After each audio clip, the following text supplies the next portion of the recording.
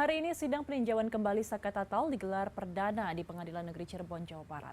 Mantan terpidana kasus Vina dan Eki ini membawa 7 alat bukti baru dan meminta nama baiknya untuk dipulihkan, serta statusnya sebagai mantan terpidana dicabut lantaran ia mengaku sebagai korban salah tangkap. Lalu apakah sidang peninjauan kembali Saka Tatal akan membuka babak baru dari kasus tewasnya Vina dan Eki?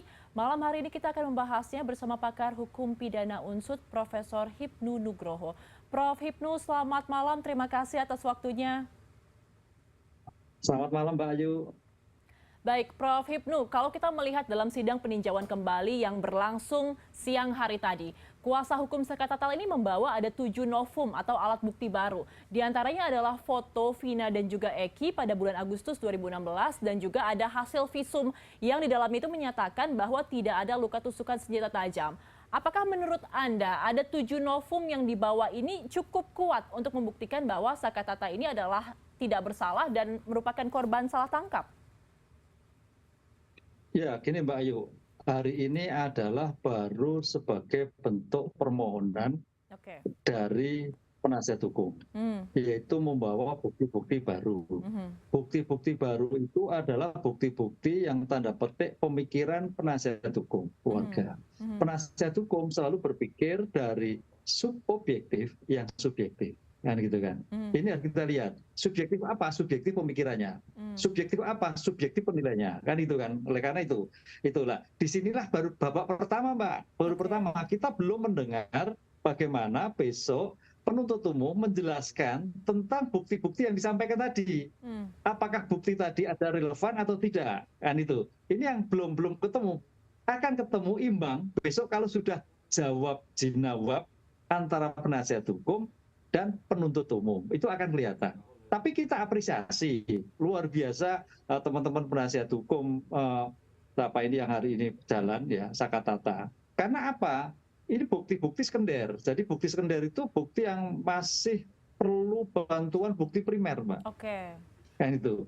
Pertanyaannya bukti primer ada nggak? Lah bukti primer itu kalau kita dalam peradilan Indonesia itu kan civil law. Pembuktian ada di penuntut umum, ada di penyidik ketika itu. Mampu nggak ada bukti primer? Padahal kalau kita lihat terminologi PK itu adalah bukti yang ketika itu menjadikan putusan bebas. Artinya itu bukti primer. Tapi ini juga bisa sepanjang nanti bukti-bukti sekunder itu bisa menjelaskan tentang bukti primer yang akan ditemukan di persidangan. Ini masih jalan. Nanti mudah-mudahan bisa ketemu. Tapi kalau tidak, ya agak sulit.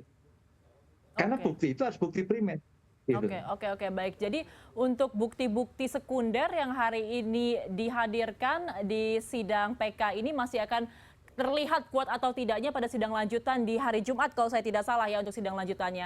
Tapi Prof, selain novum yang dihadirkan dalam sidang PK hari ini, salah satu yang menarik juga adalah tentang saksi Dede yang kemudian menarik kesaksiannya karena disebut ini adalah sebenarnya pernyataan palsu. Sejauh apa sebenarnya fakta-fakta yang terungkap saat ini akan mempengaruhi nasib Saka Tatal dan juga terpidana lainnya di kasus Vina dan Eki? Ya, saksi Dede saya kira tidak mempunyai nilai ya. Karena saksi Dede itu kan saksi yang diberikan di penyidik, bukan saksi yang disampaikan dalam suatu persidangan. Karena teorinya, kalau kita lihat kapan bernilai saksi, apabila memenuhi syarat formil dan material. Apa itu syarat formil? Apabila disampaikan dalam sidang dan disumpah, bukan di penyidik. Kan itu loh, Pak. Kenapa disumpah di pengadilan? Karena di situ akan di cross check, disinkronisasi, didebatkan antara satu saksi dengan saksi yang lain, antara satu saksi dengan bukti yang lain. Itu baru bernilai. Ini kan baru pernyataan berarti. Pernyataan sepihak yang kemudian dicabut, belum dinilai di dalam suatu persidangan. Oke, dalam ilmu hukum bisa juga keterangan yang di penyidikan di bawah suatu persidangan. Itu kalau dalam istilah pembuktian namanya saksi afidavit, saksi yang dibacakan. Tapi kalau saksi yang dibacakan dalam konteks persidangan pidana, itu biasanya terhadap orang-orang yang tidak bisa hadir. Misalkan ahli forensik atau kedokteran forensik yang karena kesibukannya tidak bisa hadir sidang. Itu dibacakan bisa. Tapi ini kan tidak. Saksi yang apalagi kunci. Kunci itu harus hadir. Kalau memang tidak ada takut telekonferen. Kenapa itu tidak dilakukan? Nah, ini ya saya kira juga tidak ada relevansinya dengan Sakatata yang sekarang. Sakatata yang ada sekarang itu menurut saya, kalau bisa penuntut umum menjelaskan bahwa Sakatata itu anak di bawah umur yang tidak tahu pemikiran tentang apa itu peristiwa pidana, yang tidak tahu apa yang tidak tahu peristiwa itu, karena di ujuk-ujuk dibawa ke teman-temannya ke sana. Itu saya kira yang lebih penting, peran sebagai anak di bawah umur yang tidak mengetahui apa suatu kejahatan yang terjadi. Kalau itu yang terjadi, mudah-mudahan hakim bisa menerima bagian dari pembuktian baru tadi. Oke, jadi menurut analisa Anda, pernyataan Dede bahwa ia ini dipaksa memberikan keterangan palsu itu tidak akan ada kaitannya secara signifikan dengan kasus Sakatatal ini ya, Prof? Tidak ada, karena belum diuji di dalam suatu pembuktian. Baik. Karena pembuktian di persidangan itu konfrontasi, apalagi disumpah, Mbak. Oke, baik. Prof, menarik Anda tadi sempat menyinggung bahwa Sakatatal ini di bawah umur ya ketika ditangkap. Bahwa kan Sakatatal sebenarnya dihukum 8 tahun penjara karena saat ditangkap masih 15 tahun, berbeda dengan terpidana lainnya. Kemudian ia keluar di tahun 2020 dan akhirnya di tahun ini 2024 mengaku menjadi korban salah tangkap. Kenapa menurut Anda butuh waktu yang cukup lama 4 tahun untuk Sakatatal akhirnya mengajukan sidang peninjauan kembali? Ya, karena namanya anak ya. Anak kan 15 tahun ke tahun ketika itu tidak tahu. Pertanyaannya kalau anak itu, Pak, itu merupakan leg spesialis. Penyidiknya anak, penuntutnya anak, peradilannya tertutup. Karena anak ini jangan sampai jiwanya terguncang karena sistem peradilan yang ada. Bagaimana jiwanya zaman stop. Sehingga anak ini, Sakatata ini masih bisa berperan ke depan untuk mengisi kehidupannya. Makanya kalau kita lihat dalam peradilan anak itu nggak ada pidana mati. Apalagi seumur hidup.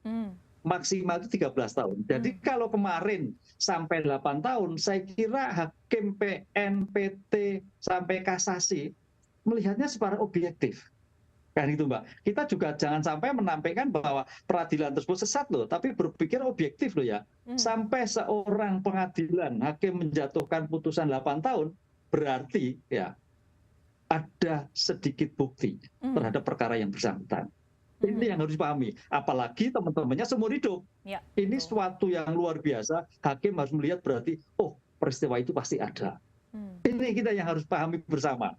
Gitu, Mbak. Baik, Prof. Hipnu, kita ingin sedikit menarik ke belakang. Kita sama-sama masih ingat bahwa beberapa waktu lalu ada kasus Peggy Setiawan yang akhirnya memenangkan sidang pra-peradilan atas kasus yang sama juga. Kita melihat ada pola yang sama di sini, yaitu Peggy dan juga Saka sama-sama mengaku sebagai korban salah tangkap.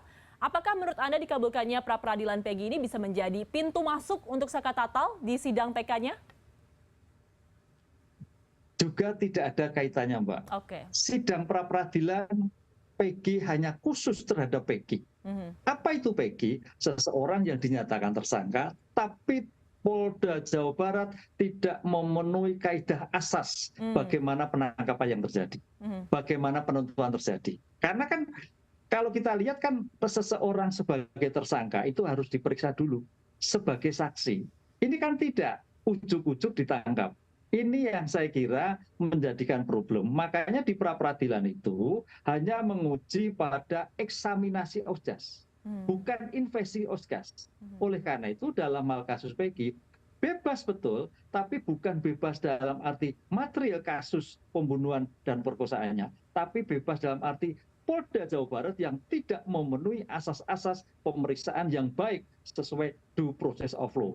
Sehingga dinyatakan pemeriksaan dinyatakan batal karena tidak mengindahkan asas-asas sebagai bentuk menjunjung hak asasi manusia dengan prinsip dipanggil dulu, diperiksa dulu, baru ditentukan tersangkanya. Itu yang beda, Mbak, antara investigasi dan eksaminasi. Baik, baik. Terakhir, Prof. Hipnu, dalam pembacaan permohonan di sidang PK pada hari ini, kuasa hukum memohon agar putusan Mahkamah Agung, kemudian Pengadilan Tinggi Bandung, dan juga Pengadilan Negeri Cirebon seluruhnya ini minta untuk dibatalkan. Jika kita berandai-andai, Prof, jika ini dikabulkan, apakah berarti ada kemungkinan seluruh terpidana lainnya ini juga bisa dibebaskan akhirnya? Tidak ada kaitannya lagi juga. Karena yang dimintakan adalah Sakatata. Sekarang pertanyaannya yang dipertanyakan itu sejauh mana peran Sakatata dalam kasus penyertaan Peggy dan Vina. Ini Peggy dan Vina, ini yang terjadi.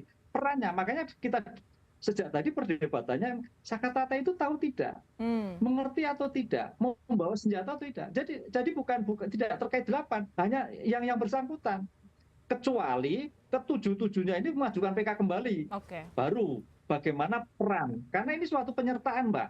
Di mana peran Sakatata yang terjadi? Karena sebagai anak kecil mungkin ikut-ikut main, mungkin diajak, nggak tahu. Nah itu saya kira itu suatu yang nilai tersendiri ketika jadi bukti baru. Karena namanya dalam suatu pidana itu sifat melawan hukum itu harus jelas. Ada aspek pertanggungjawaban. Yang ini adalah anak. Berarti aspek pertanggungjawaban belum bisa dipertanggungjawabkan secara baik.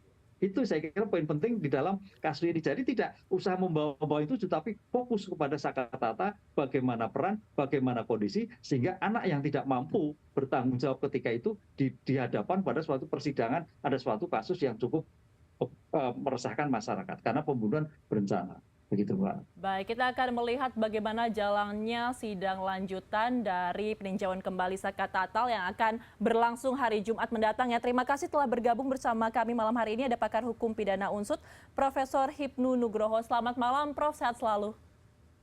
Malam, Mbak Ayu. Matur nuwun.